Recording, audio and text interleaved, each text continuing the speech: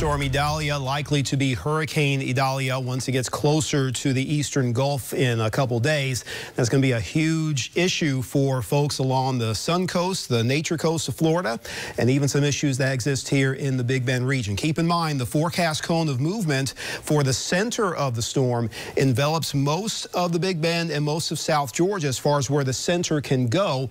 And when it's forecast to be near or over Appalachia Bay, Wednesday morning there could be peak winds of about 100 miles per hour. So that's really going to roughen up the surf and cause some coastal problems in a big way, particularly if we see this more over the central part of the bay rather than the eastern side. We still have to take that into consideration. So those generalized effects do include dangerous surf, increasing rip current risk for the coastline, even starting by late tomorrow.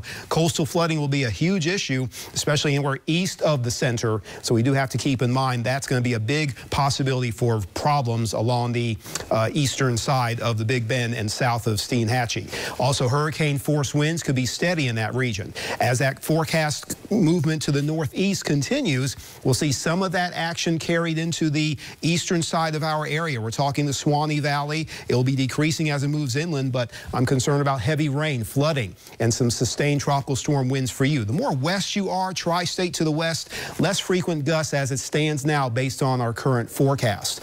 There's a hurricane watch, meaning that we can see hurricane conditions within this purple shaded area. Forgotten Coast all the way around the Big Bend coast, plus Taylor and Lafayette counties inland, where we can see hurricane conditions within this zone within 48 hours. So again, we're talking about Tuesday late into Wednesday. That storm surge watch will be up. We can see varying amounts of higher water levels compared to the Forgotten Coast, where it could be up to 4 feet. And then in the southern edge of Taylor County, Steinhatchee, Keaton Beach, and south, that's where we can see maybe a possible storm surge of upwards of 7 to 11 feet. I show this because this is going to show the projected wind field of Idalia as it moves across the eastern Gulf through Tuesday, and we'll pause it at the last frame of this data, which is Tuesday night. The yellow shows tropical storm force winds over those waters and a small core of hurricane force winds. And I show that to just reiterate that the strongest winds will be around the center, not across the entire field of cloudiness, but we can see a broad fetch of gusty winds that can perhaps move inland. And just adjusted with some of our exclusive storm surge potential mapping with maybe a little more consideration of a more southeastern position of that forecast circulation, it's kind of reducing those numbers a bit, I think a little bit too much, but that is a trend we'll continue to watch as well, especially if there's a little more of a southeastward jog. Heavy rain is a big likelihood, especially near and east of where the center goes.